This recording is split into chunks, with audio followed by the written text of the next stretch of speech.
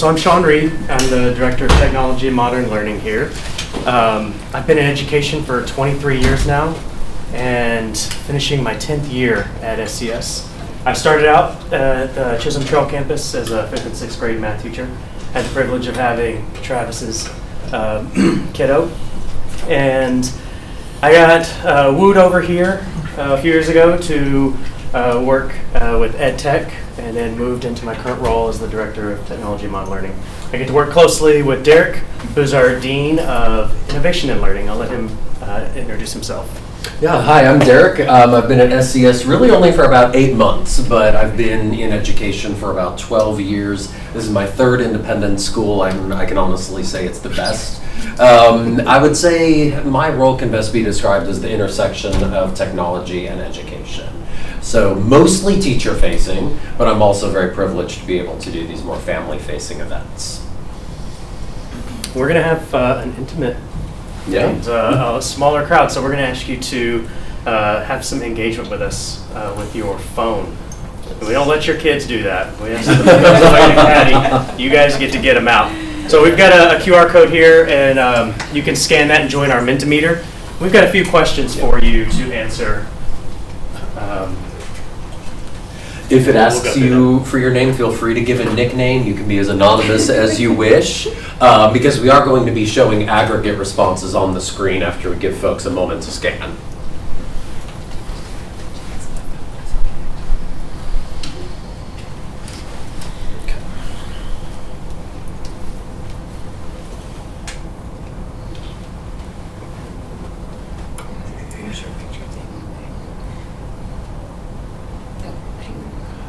Go.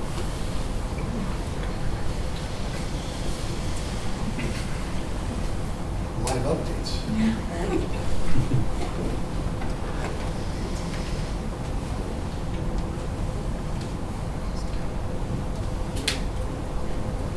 That is very interesting. We have a slightly higher average in the professional context than the personal.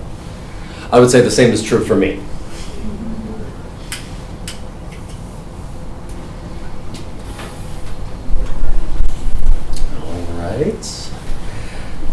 The next one is actually free response. Let me see if I can just hit the arrow. Yep, okay, so how do you use AI? We don't need a thorough description, just in general, 1 or 2 ways that you have found yourself using AI. And it can be professional or personal.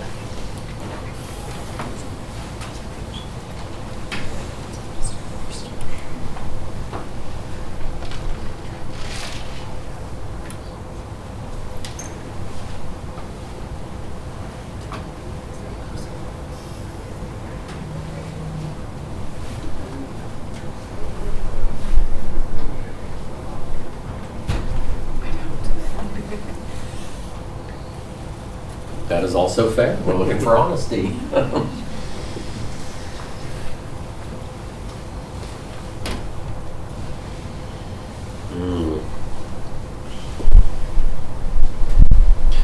Heavy professional responses in the room right now. And I can resonate with a couple of them, honestly. Quick answers to questions. Sometimes ChatGPT can function like Google. You know, it'll just give you a more conversational response to any question you may have. We've got some art creation, content creation, math, proofreading to improve writing, editing, analyzing. All right, very cool. Just to be respectful of time, we have just one more, and this is also free response. And this is where it might get a little juicy. What concerns might you have? And you can take a look at educational, personal, professional.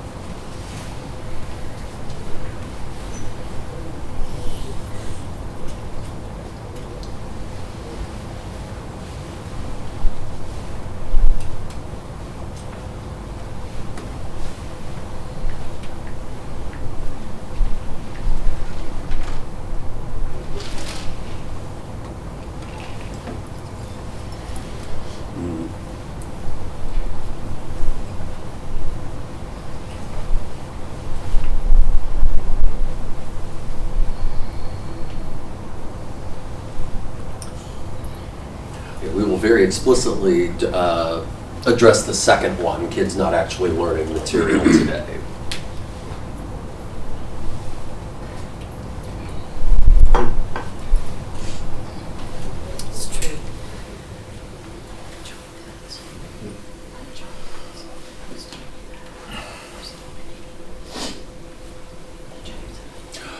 We will touch on the base knowledge issue as well, and how SCS is approaching this.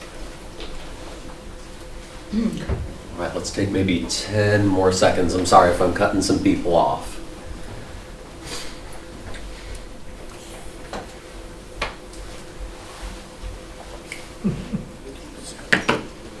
I recognize that from the 90s, there were many of these same concerns about the internet.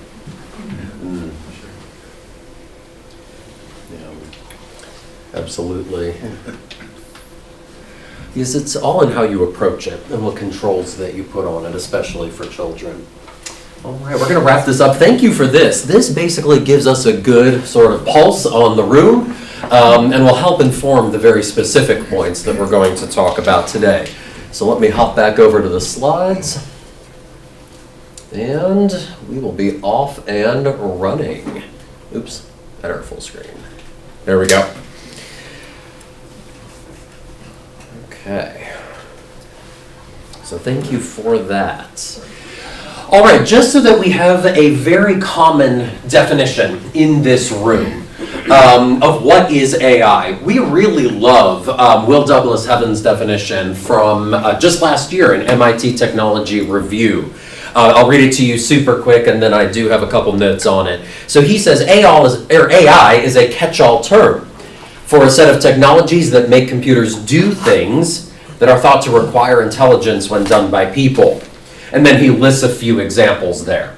So within AI, there are various categories, including generative AI, which is designed to generate text, images, videos, etc., at the request of a human user, often interpreting human language with the goal of responding to the human user. Generative AI also includes things like large language models, or LLMs, and ChatGPT is an example of that. An LLM is specifically trained to predict proper syntax. That's why it feels so conversational. It's predicting the next word that it's going to give you based on the data that it's analyzed. And unfortunately, that can give the illusion of knowing, right? Like it's almost like a sentient being. It's really not. It's just been trained to predict the next word that it gives you in response to your prompt. So the most common example when we're talking about introductory AI training is Mary had a little... There you go. And so that's basically what AI is doing. It's taking all of the information that it has been trained on, its data set, and it's predicting the next word and what it's going to tell you in response to your prompt. And so ChatGPT is an LLM. The last thing I'll say on this, because I don't want to bore you with the details of what AI is, and many of you probably already know, is that it is a common misconception even nowadays that ChatGPT and AI are the same thing. ChatGPT is really just one of many, many AI tools, and it's a large language model. And so based on that definition, we actually have been seeing AI in daily life for years and years, even before ChatGPT was released in November 2022. A great introductory example is autocorrect. When you're texting and you misspell something, and it actually converts it to the word that it thinks you are trying to write. And sometimes it's correct and sometimes it's not, right? I mean, sometimes you actually meant to type what you typed, but it's using data that it has been trained on to say, ooh, I actually think you want to say this word. Things like navigation and ride sharing. Google Maps and Uber use AI technology. Smart devices like Alexa or even smart refrigerators. Fitness trackers like Fitbit and Apple Watch. Customer service, those delightful chatbots that are very, very helpful. Not really. But there's AI technology baked into there. And that actually is very similar, or was a precursor, really, to what ChatGPT is. Taking the human user's input and predicting what you want it to do.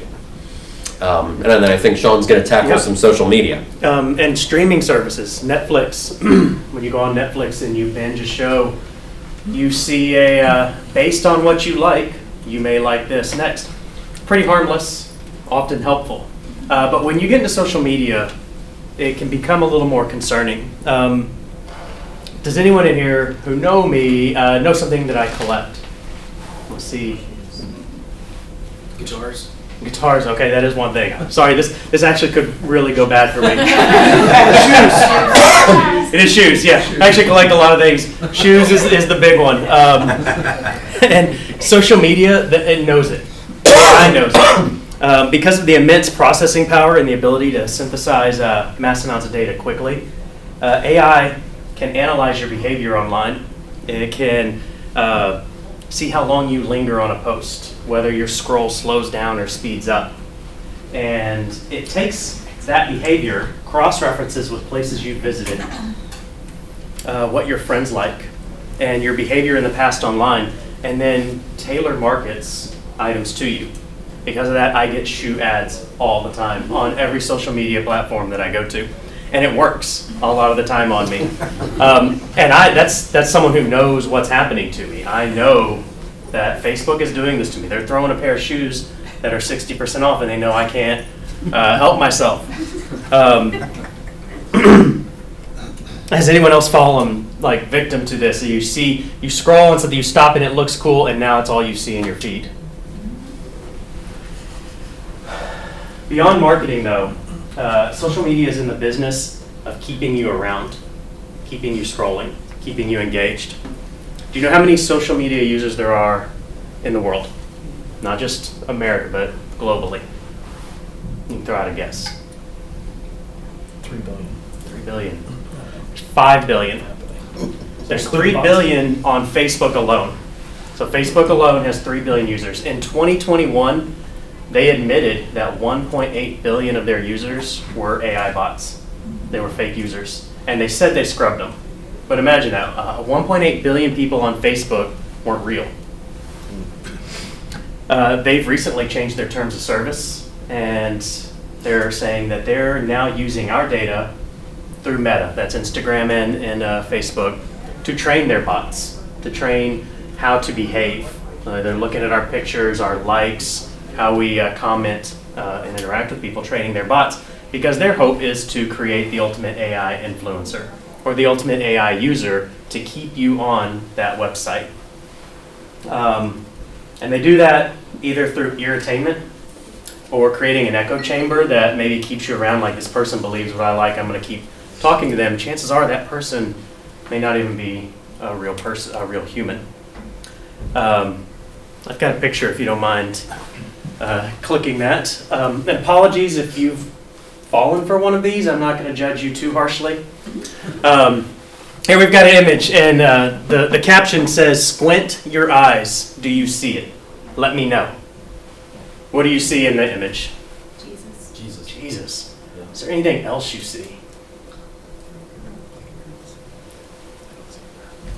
Well, I see a car that's all sorts of wonky in the background. I got a girl who's holding a cup of coffee with 3 mangled fingers. Yeah. I know the person who posted this, and they're trying to get engagement. They just let me know, like engage with me so that it boosts their monetization. You see it has 341 likes, it's got 23 shares, and this comment, I blocked out their identity, says, "Oh wow, that's wonderful, it jumped right out at me." It's seemingly harmless, this is just done for engagement, but the potential for harm is pretty great here if we're not literate enough to see that that's an AI image, not a divine moment that God put down at the right time for this person to capture a picture to have Jesus' image. It's kind of the start to the AI Nigerian prince. It starts here, but if you're not able to tell the difference and then start training our kids, that looks cool, but it's not real. It's AI generated. Artificial intelligence is increasingly deployed in the algorithms that shape which post you see next on X, TikTok, Facebook, and how you're invited to respond to those.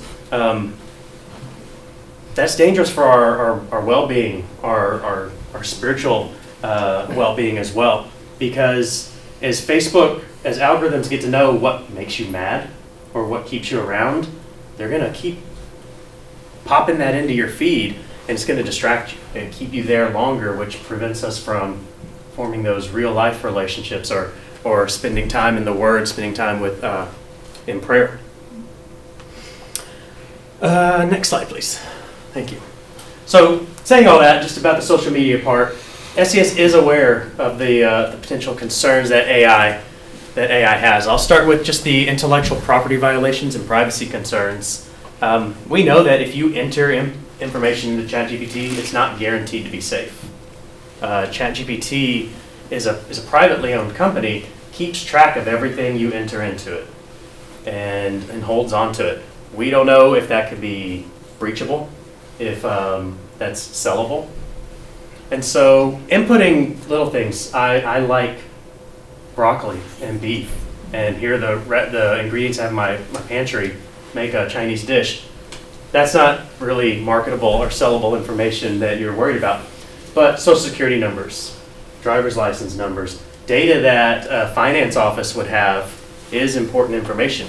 And we have protocols and training in place to make sure that our staff doesn't input that information from our families, our students' names, and maybe issues they're struggling with in class doesn't go into these models. Even though that would help us be more efficient, we're not touching that because that's simply not safe data.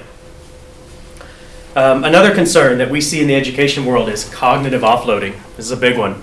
This is where we might become overly reliant on AI, leading to a decline in our ability to perform cognitive tasks independently. And this doesn't just include simple calculations or organizing schedules. AI's capabilities extend to more complex cognitive functions, such as problem solving, decision making, and those are traditionally seen as distinctly human traits. The danger is just not in worrying that kids will become lazy. That's not the only worry. There's a more profound risk that our cognitive development and problem-solving abilities could be stunted.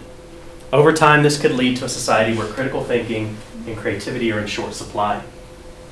As people become accustomed to letting AI do the heavy lifting, we don't want to end up like the movie WALL-E. We believe that students should use AI only when it's developmentally appropriate, and that there's wisdom in having a base level of knowledge and a confidence that what AI is telling you is either right or wrong. When AI is wrong, it's called a hallucination. Just so if you hear that around, it doesn't have the normal meaning that you would hear. It's when AI tries to send you to an inaccurate website or tell you an accurate fact. And if you don't have your base level of knowledge, when you're asking it something, you may just go on believing what it's telling you. I've recently read Jonathan Haidt's book, The Anxious Generation. He looks at the increase in mental health struggles among our youth in the mid-2000s, and he links it directly to social media use. He's written about the gravity of the impact of social media on young people, how they're particularly vulnerable and developmentally impressionable. I think one of the things that correlates to AI and education is that there's different stages of developmental awareness and usage. The way that a fully formed adult might be using AI is probably not appropriate for a 10-year-old or a 16-year-old. And to make sure that those practices are not only psychologically informed, but spiritually informed. Something I've really appreciated about his work is he says that this can become a spiritual crisis. He talks about the potential for moral de-skilling and judgment atrophy, which is if we're constantly relying on AI to do our heavy lifting, our decision making, and if we're asking students to do this during their formative years, what's this doing to their ability to make good judgments? And these judgments shape who they are. When you make a judgment, when you start learning yourself and your relationship with the Lord as a teenager, that impacts who you are and who you grow up to be. How do they get better if they're relying on AI to do this for them? And finally, we also acknowledge that students might want to seek out human interaction, seek out AI as a human interaction, or a counselor. We know that advice should come from the Word and from a trusted adult. And when these tools, when these conversational tools like a bot, when they're presented to us, they mimic our conversations. They seem like a real person. When you're talking to ChatGPT, it sounds like a real person is on the other end talking back to you. They help us become more efficient. They can help us write essays, write recipes, write code. But these bots aren't conscious. It feels like we're interacting with a human, but we're not interacting. We're just giving it a chance to predict what to say to us next. There's almost something inside us that wants it to be human because we crave relationships. We're human, we're full of empathy, dignity, and we desire relationships. A relationship with God first, but also relationship with others. So we're seeing this narrative come out that AI is going to replace the person. It's a creation of a new personhood. And that's just not true. It's a tool. It's a prediction machine. And it's been fed with pre-existing information, like Derek said earlier. And I've got a picture here as an example. I'll let you read it, but we see here that ChatGPT used historical data to predict that trading Luka Doncic would be an awful idea. When in reality, we now see that there are humans, well, or at least one human, who would actually go through with this trade, even though it's an awful idea. So it's not a person, it's just taking pre-existing information. It's not creating new information. It's simply predicting what to say next to you. So now that I've been all doom and gloom, I'm going to let Derek talk to you about why would we even think about moving forward with AI if there's just so many potential risks. Right, so for this next part, we are going to answer why is SCS getting involved with this at all. But what we're also going to do is talk about how we are getting involved with AI. Here at SCS, we really talk about Christ-centered use of AI, so we're going to define that along with the positive impacts on education. And there are some very real positive impacts. These are just 5 of them. So the first is retrieval practice. The educational research is clear that the way to boost long-term learning is to retrieve information effortfully and over time. And the reality is AI can help with that. Students 13 plus, can use ChatGPT to upload a study guide and create a practice quiz with an answer key. It can be a really good tool in creating these retrieval practice opportunities for yourself. Obviously, parents of younger students can do this as well. Another great positive impact on education is AI tutors or personal feedback. We are piloting an AI tool called Conmigo that is integrated with Khan Academy with grades 5 through 8 right now, where it is completely under the control of the teacher. The teacher can see everything the student is doing with Conmigo, but it is a great personalized feedback tool. I'm going to call out the fantastic Amy Smith, 6th grade English. She used the writing tool within Conmigo as a first pass at personalized feedback for her students. So the students, typed or copied and pasted their original work into the tool, and the tool was able to give them specific feedback, like, ooh, you might want to look at your subject-verb agreement here, or you might want to look at this run-on sentence. Without ever correcting the paper for the student, it would give that personalized feedback. And so the reason why I mention that specifically is because having a controlled system or tool is crucial when working with students. Students aren't tempted to just get the answer, going back to the cognitive offloading piece. Never here at SCS are we encouraging students to cognitively offload, and we are only going to present tools at developmentally appropriate stages, of course, but also tools that guide the students in a controlled way to develop their own critical thinking, not just give them the answer. But the benefit in that was that the students, instead of waiting in a long 14-person line to get Ms. Smith's attention on that preliminary feedback, they were able to get it right away. And then, of course, Mrs. Smith was the one to give final feedback right before the students were submitting their essays. A third benefit is individualized knowledge building. I'm going to call out another teacher, Ben Veenstra, 7th grade social studies. He has this fantastic project where students have to research, essentially, a Supreme Court case that they have chosen from an approved list and do a project on the Supreme Court case. He used Conmigo, again, a very controlled tool where he was able to see everybody's individual interactions with the tool, but he used Conmigo to help his students build their individual knowledge bases. Because by the time you get to 7th grade, you haven't read a Supreme Court case, right? I mean, unless you happen to be a legal nerd, but typical 7th graders haven't read a Supreme Court case. And so Conmigo was able to develop their individualized background knowledge on their chosen case so that they could then go on and complete the project. A fourth benefit is level texts and adaptive learning. Teachers can provide texts that are at a student's reading level and more easily provide learning opportunities in a student's zone of proximal development. That is a psychology term that basically means how are we going to challenge students appropriately. So not at the level of frustration, but not at the level where they're not actually learning. Right in between those is the zone of proximal development, and that is where we want to be. And teachers can use AI to help them with that. So an example of a level text, sorry, that might be kind of education-ese. You might remember from your own educational journey in a science or a history class, what skill was necessary in order to be able to comprehend the science or the social studies content. You had to be able to read at a certain level. And some texts that we provide to students are actually not appropriate for all students based on their reading level. We see this especially in elementary grades, where some students might be a little faster at reading development than their classmates. Teachers can use AI to create leveled text so that all students are able to access the content while still developing the skill of reading on the side.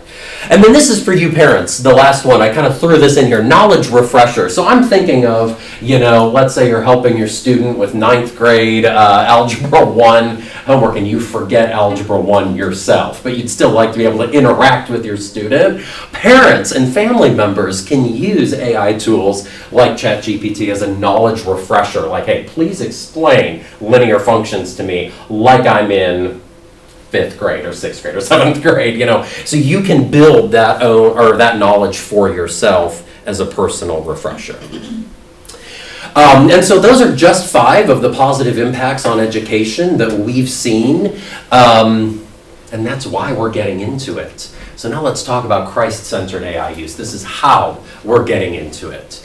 And I absolutely love this verse from Colossians. Whatever you do, work at it with all your heart as working for the Lord, not for human masters. And so this verse is a huge part of how we define Christ-centered use of AI. We are mindful of God's intention for us. His intention is that we are still working at what we're doing with all our hearts. And so I'm going to take a little phrase from our guidebook, which Shaun is going to speak a little bit more about in just a moment. We do have a Southwest Christian School specific AI and education guidebook.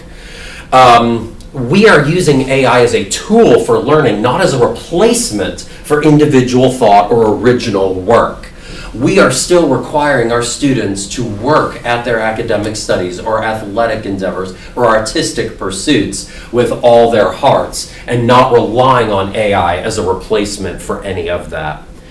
Alongside this, we are mindful of our uniquely God-given human qualities that AI simply cannot replace. And it is because we are made in the image of God. The theological principle of Imago Dei. We are made in the image of God. AI is not. We are embodied. We have physical bodies. And that means we can do certain things that AI cannot do, like hold an emotionally nuanced conversation with someone, truly empathize with someone, Those are uniquely human qualities that are given by God. We can intentionally and consciously act. AI has to respond to a human user. We can understand semantics instead of just syntax. That means we can understand the meaning of words and not just word order. Again, I mean, we've said this I think twice now, AI actually does not understand. AI does not understand the semantics of words. It is just producing good syntax. We are also relational and emotional, which means we can be good Christian counselors to other people. AI cannot. And so that is what we are defining as Christ-centered AI use, and it's rooted in this verse. We are going to use AI as a tool for learning, not a replacement for original work, and we are also going to be very mindful of God, how God has blessed us as humans in ways that AI cannot replace. We are also very mindful of preparing our students for a future with AI. I'll read this short quote to you and then dive a little bit deeper into it. When we think about preparing students for life, whether it be in the short term, like college, or the long term, like workforce, it seems as if it would be irresponsible not to equip students with an understanding of how to use AI tools effectively. The reality is we do believe AI is here to stay, like the internet, like calculators, previous technologies that people have freaked out about. And perhaps with good reason, right? A lot of this cognitive offloading. If we now have tools, what are we doing with our brains? The reality is I think AI is here to stay. And so how are we preparing students for a future with AI? I would say there are 5 elements. First, explicitly training them in Christ-centered use of AI. Discussing uniquely human and God-given qualities with them and how AI cannot replace them. The second is critical thinking, understanding that AI use must be supplementary, not core. So there's an Edutopia article, if you're a teaching nerd like me, you sometimes browse Edutopia. And the headline caught my attention because it is very shock and awe. The headline was AI vaporizes long-term learning. Oh my gosh. But then when you actually read the article, the study that it was referring to, the school just let kids have unfettered access to AI. Well, obviously, if that's the case, the kid's just going to get the answer and move on. And so the study was where, like, oh my goodness, these middle school students, we broke them into 2 groups, and one group just read a textbook and the other group used AI to study. And in the short term, the AI kids did way better, but then in the long term, the textbook kids did way better. But then at the very end, it specifically says, given the opportunity, students used the software as a crutch and often skipped straight to the answer, which, by the way, we do not allow on campus. We don't engage in tools that do that. And then it went on to say, in multiple studies, the tools performed well when designed to guide student learning by refusing to give away answers, for example, or asking probing follow-up questions. And so it's all about how we use it. And so that's the second pillar. The first was training in Christ-centered use of AI. The second is critical thinking, developing that critical thinking with our students. The third is digital literacy, consumption of AI-generated content. Okay, what do we do with it? How do we evaluate accuracy? How do we know if information is even relevant? So when I use AI in my personal work, sometimes it's for a brainstorming task. Hey, give me 10 suggestions for, working with a teacher on identifying gaps in understanding. And I'm the one choosing which of those suggestions I use. AI, and I say this over and over in our PD sessions with teachers, never take AI's word for it. Always be the evaluator. Read through and use your God-given wisdom to choose what is relevant and what is accurate. And we do that directly with students also in digital literacy lessons. Also ethical content creation, understanding when work is no longer one's own. And I'd like to give a quick nod to something you may have seen. because this lives in our academic integrity policy, new as of this summer, which is linked a few times in our family handbook, and it is also posted in every single classroom here on the Lakeside campus.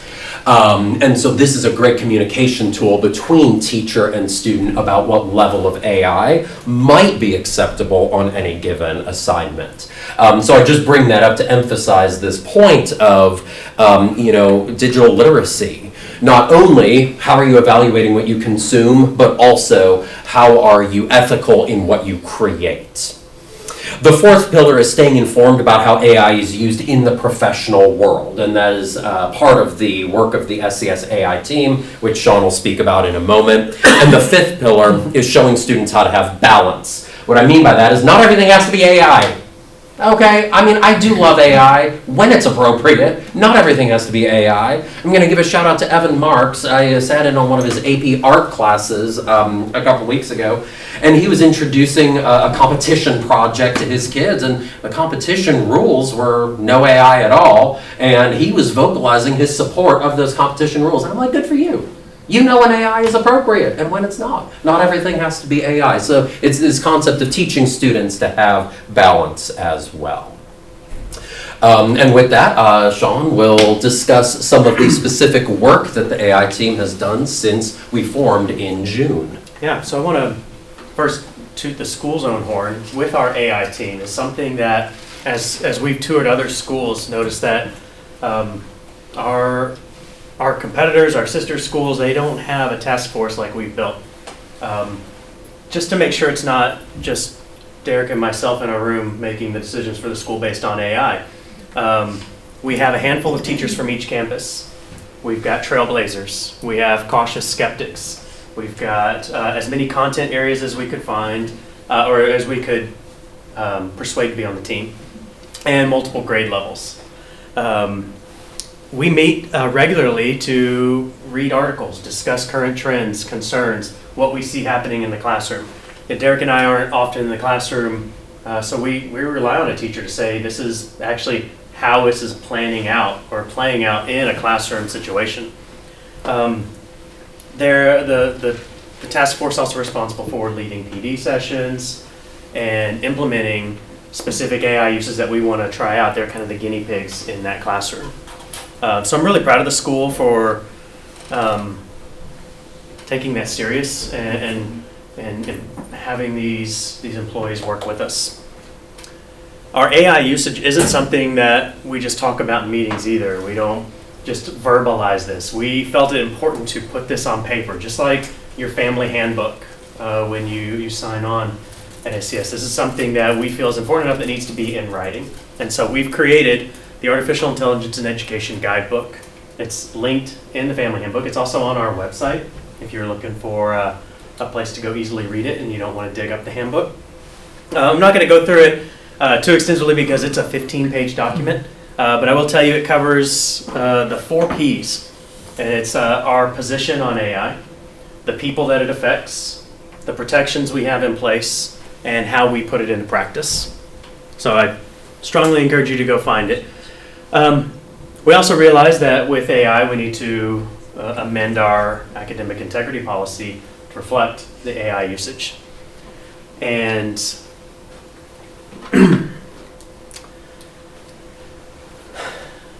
this is less fun, it's less flashy. You're dealing with academic integrity, but it helps standardize, it helps align the full school so that we're all on the same page. You don't have one teacher who may feel one way and another, and then them handling their classroom differently, because that can be confusing for a student who's got both of those teachers, has one year and then another the next. Cheating's been around for ages, and it is true, AI makes it easier. But having a robust academic integrity policy helps standardize that so the students know what to expect. And when they know what to expect or what's expected of them, it's a much smoother operation. Our teachers love your kids so much, and the school prides itself on our teachers' relationship with your kids. And nothing damages that quicker than using AI to accuse the usage of AI. And so it's very important to us and our teachers that we don't just run something through an AI plagiarism checker and automatically accuse your student of cheating. That's really damaging. We first start with the relationship. The teacher talks to the kids, and then there are different levels of escalation that we take it to make sure that a situation that deserves academic integrity investigation meets that criteria. So for parents, it's nice to know. I like knowing that for my kids, that if he's got a paper that he wrote and it is really well written and the teacher says this might be AI, he's not going to just get blanket accused of it because AI says it. AI plagiarism checkers are notoriously inaccurate. They often say, yep, that's AI. So we're not using that, just for peace of mind for y'all. And then the AI tools, faculty facing approved tool list. The AI team looked at some AI specific tools, ChatGPT, Conmigo, Magic School. The list is endless, and they're starting to get named, they're starting to have ridiculous names. So it's almost like a comedy bit to hear when a teacher brings us a new name, like, is that really true? Like, is snorkel a thing? Snorkel's a thing. So we looked at a list of tools and said, okay, let's really get granular. What's the privacy policy? What's the age restrictions? What are the company's core beliefs? And we started looking at these and said, this one's automatically out. They sell data. Like we can't work with them. Conmigo is the biggest one that we're piloting because their privacy policy is incredible. It's robust. And they're an education-based company that gives us a lot of control over what our students see and don't see. So you can kind of rest at ease knowing we're not just the Wild West here with AI tools. If a teacher does find a new AI tool, they have to submit it through a form and it goes through that same vetting process. They don't just get to try something in their class and see how it goes. And then finally, ongoing education. We have AI hours, campus-specific AI hours for our teachers to come and learn from our AI team. What's coming up? What are we doing? What are we finding that's working? We have the Lakeside Learning Conference that we have at this campus, and our AI team presents there. We have live sessions like this recorded, and then this summer we're having our inaugural Christian Sales Conference. Christian Sales stands for Christian School AI Leadership Summit, and it's going to be held here, and we're super excited about. We're inviting all Texas schools that are faith-based, and so we're hoping to have a great turnout where they can come and learn from what we're doing, because we do think we're on the cutting edge of all of this. Oh, sorry, I'm the next slide too. So how can y'all support your students? First, read and understand our guidebook. You'll want to know, what our position is. Your kid comes home and says, "Well, my teacher said I can use AI just completely unmanaged." You'll know, no, I read in the guidebook that's not the case. Maintain an open dialogue with your students, similar like you would with their cell phone usage, their social media usage. Find out how they're using AI, if they've got any questions. And then you can also help assist your students with prompt engineering for them to get the best results. As I wrote that one, I was thinking about Aiden, my son, who's a senior this year. When ChatGPT first burst onto the scene, he was going to use it for a Hunchback of Notre Dame final study guide. And I think Joey Case did the same thing, actually. And he opened up ChatGPT and he just sees a blank screen that says, "What do you want to know?" He's like, and he cannot watch this video. I'm so sorry, Aiden, if you do watch this ever. He's like, "Tell me about the Hunchback of Notre Dame." I said, and he just gave this long text that was hard to read. I said, "You've got to prompt better than that." AI works better when you can really whittle your prompt down to a specific question. And so we started thinking, what do you need to know? What is your ultimate goal? And we fine-tuned that prompt, and it produced a great question that he used to study for his final. So help your kids as well. The more you use it, the more you're familiar with it, the easier it is to work with your students. Okay. This QR code will take you right to the guidebook also. So if you want to just kind of save it on your phone. Or, as Shaun said, it is on our technology page right off of the SCS website, very public facing, and it is also, I believe, found in the family handbook as a link. Okay, so how are we supporting parents and students in this whole process? We will have a family-facing AI and Christian education resource series very soon. It is already in development. And it will aim to support parents in discussing AI with their students and informing them about what we are doing as a school with AI.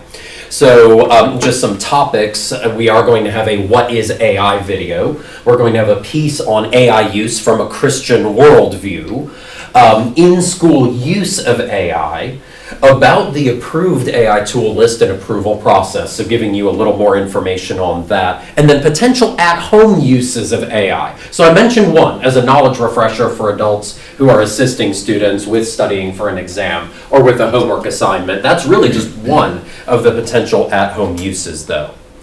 On the student-facing side, we are already using the Common Sense AI curriculum, which is fantastic. I've been through it myself, in grades 5 and 6. All right? So not necessarily using AI in those grade levels in the computer lab, but explicitly teaching about AI and how you can use it ethically to support your learning without replacing your original thought. We are also doing an in-house student education, I guess you could call it a mini curriculum. We are developing an in-house curriculum that will answer such questions as, how can AI be beneficial in school? How can we use AI in a Christ-like way?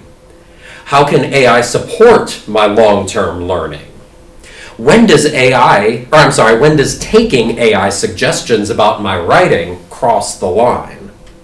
What precautions should I take to ensure my use of AI is ethical and Christ-like? And then how might I interact with AI at school? And so that's what we're doing. To be honest, I have not heard of any other school developing an in-house curriculum around AI.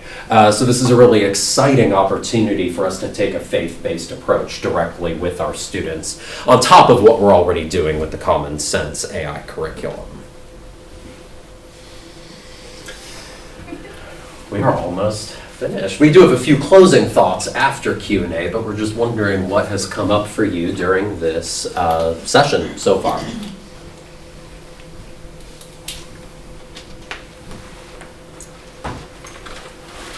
All right, they're good. We're going home. I know Travis has got to have a question too. You got one? Yeah, sure. So, you guys talked a little bit about some of the different tools, and I guess that's available for parents to look at as well, and kind of pros and cons. I know AI requires some sort of goal seek or optimization function, and it needs training data, right? So based on what you put into both of those, you can get very different outcomes out of each AI. So are you guys considering, I assume you guys are considering that, and then are there recommendations on things that are better than others that we should be using at home versus, I've seen some of the hallucinations on, drawing things that are historically inaccurate, or, answering in a very, each AI has essentially its own worldview. Yeah. Right? Based on how it's been trained. Conmigo's been fantastic for the student aspect. I could see it being, a struggle for an adult. Mm-hmm. It is a paid app that we're footing for those grade levels, whereas ChatGPT you can log in and get for free. Yes. That is kind of the industry standard, and now DeepSeek comes out. Who knows what will change? It's so hard to answer a question like that because AI is almost its own different atmosphere every week. Yeah. So I would say, student-based, Magic School is a great one for your student, where we trust the material that feels like a walled garden almost, where they make sure that they're not just throwing in age inappropriate material. Magic School, School AI, those two. Conmigo, those the one that we've chosen to look at a little closer. And then as an adult, ChatGPT is still the standard. Yeah. Yeah, I will also say what we emphasize is how you use any tool. Okay. Point blank on our faculty-facing approved list, anything that has the express purpose of replicating a relationship, like there is a replica AI that is very dangerous, never will be approved. We don't recommend that to anyone. If you're asking about what tool among the major players like ChatGPT, Claude, Perplexity, all of those, that's very difficult to say because as they are continuing to be trained, the quality of those tools may change. Yeah. I fully agree with Shaun though. When we release the family-facing education series, Yeah. we actually, I think, are going to say, we recommend ChatGPT, or if you want a paid version, Conmigo, and it's not expensive. Yeah. Our, $4 a month or something like that. yeah. Just looked at it. So we will recommend a few tools, but with the caveat that it's very difficult because those tools themselves may change over time very quickly. Of course, ChatGPT has like a couple of paid They do. tiers, right, beyond the Yeah. free, which. That was a huge news story. $200 a month. Yeah. Yeah. Okay. They went from 20 a month to 200 a month.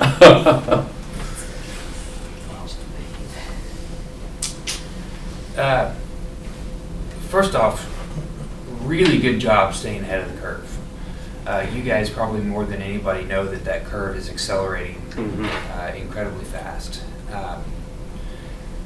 Have you guys started having any conversations with faculty, particularly like college counselors and things like that, about ways to start talking with students about some of their potential career choices that may be on the chopping block? I mean, for instance, my wife's in medical school, and there are very clearly disciplines in medicine that even already, would you rather have artificial intelligence look at a pathology slide, Right. or person? Clearly the machine is going to have better data. So there are disciplines that are going to be impacted, the law profession, coding, lots of things. On the flip side, lots of creative things. People are innately creative. But you mentioned helping your kids with prompt engineering. And I've seen for years that there will certainly be entire fields dedicated to being able to get the right outputs out of these systems because they aren't actually alive. So have you guys tackled that with any of the staff, particularly on this campus, in terms of helping sort of manage as our students go out into the world what their future might look like as it's impacted by this? Yeah, Not not specifically like Kara's role, our college counseling role, but we have looked at the future or what classes will offer to start getting into this realm. Kara's a great source though that we can start talking to her about, our immediate students before, who may miss the boat on a class that's coming up. And I'll add on to that. In terms of live trainings with our faculty, those happen 3 to 4 times a year, and we believed there was just a very logical pathway. Okay, so the first AI hour was very much just, what is AI? Let's play around with a few approved tools. The second one was, okay, some tasks that you might do. Let's dive a little bit deeper.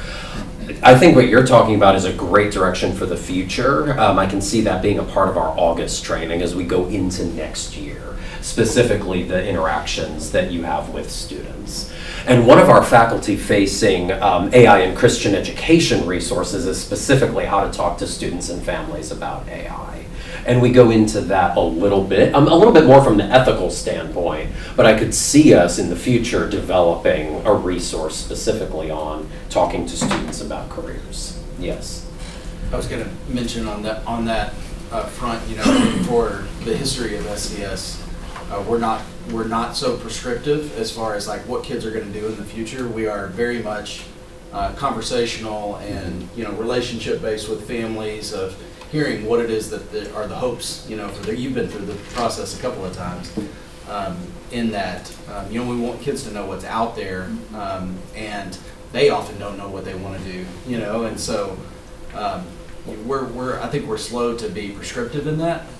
We're always saying things that, we need Christ-centered people in the arts and education and medicine, AI. I mean, those will be general things that we will always encourage our kids to be, in fields wherever they feel, God has, designed them for. And so, Kara and her team will, stay in front of that.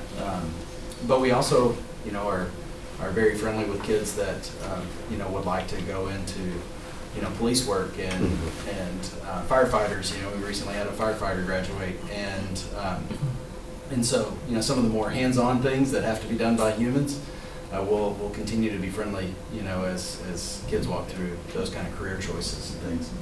What were you gonna? So our junior Bible class it's life calling, and so students are working with our Bible teacher, with our college counselors to explore what God has gifted them with and where their talents lie and their interests are. And so part of these conversations come up in Bible class in that junior year. And as they are taking assessments to kind of like the personality type tests, but looking at several different spiritual gifts and how they might align with future careers, there's a spot in that class where these conversations do happen as they're talking about future skills and future readiness. And they're also explain, some of the times when you're in this stage in your life, there are careers that have not even been developed yet, and that, what are we doing now to equip you with the skills necessary to discern the paths forward. And so part of that will take place in the junior class. And the head of our Bible department on this campus is actually on our AI team. And so he's been instrumental in helping us figure out those conversations, especially how those are funneling through our Bible programming here. So obviously something that it's being considered as we're shepherding students with our college counseling and through that junior class. You mentioned something specifically about creativity in the arts. Our Director of Fine Arts, Cindy Woodward, and I are really thinking very deeply about the question, where is the artist in an AI world? And I'm actually going to be stopping into the Fine Arts Department meeting later this month to get faculty feedback. Just what are your thoughts on the place of AI in the arts? How are we handling it? Things like that. And I look forward to working with them from a creative standpoint.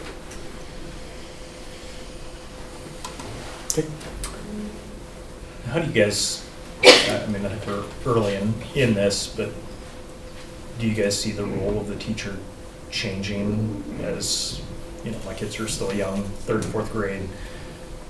Do kids end up having a more tailored progression through different subjects where, hey, I got multiplication right, I'm moving on to the next thing, even though other people in the class are still struggling with it, or maybe they're getting extra stuff and as I'm moving on.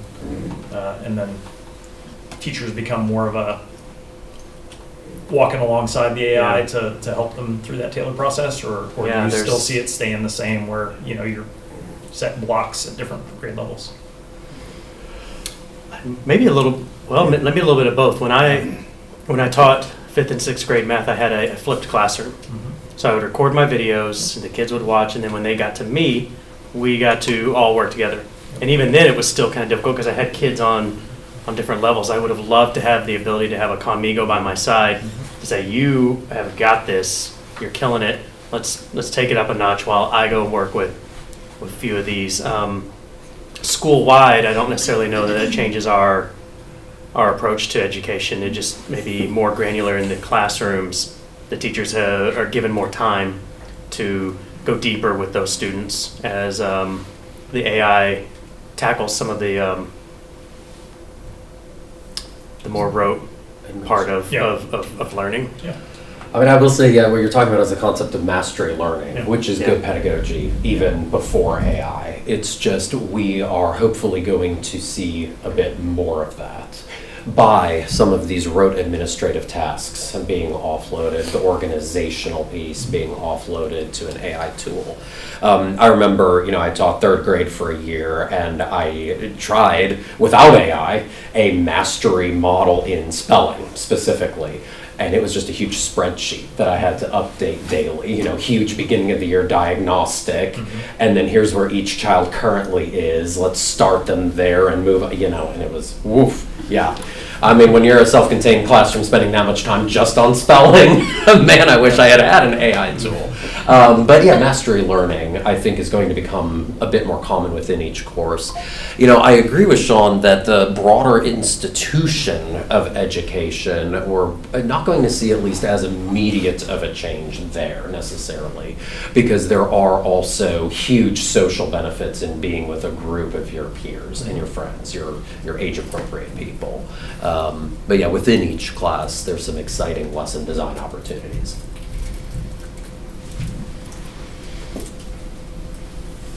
Good work. All right. So just a couple closing thoughts. The first, I love to end sessions with opportunities. So ways we can move into the future from here. Christian school professionals and families can directly address AI-related concerns with students, including faith-based ones. So going back to that Christ-centered view and use of AI. So this speaks to an opportunity about an opportunity in student education about AI. The second opportunity talks about enhancing education using or through AI. Christian school professionals and families can act upon the positive educational impacts of ethical and Christ-centered use of AI. And then the final one talks about dialogue, training, and continuing education for all community members. So that's faculty, families, students, even going up to board members. Christian school professionals and families can continue to be in dialogue about AI's place. And then to close with this verse, this is one of my favorite verses, Habakkuk 1:5. Look among the nations and see, wonder and be astounded, for I'm doing a work in your days that you would not believe if told. And to me, this verse exemplifies the very nature of God in relation to the world that we live in. We may not understand or even believe what's happening around us. We might feel anxious about new technologies like AI, especially when they land on the scene very quickly. But I believe this verse speaks to the need, certainly not to fear. We should actually just be astounded at the work that God is doing, and we should relish the role we can play in guiding those around us, especially our students, to use technologies in an ethical and Christ-like way. So I think that actually is our biggest opportunity, to understand our role as shepherds, especially with relation to our students, in using AI and any new technology in a Christ-like way. And I think that is about it. That wraps it So up thank for you us. very much for coming. Thank you.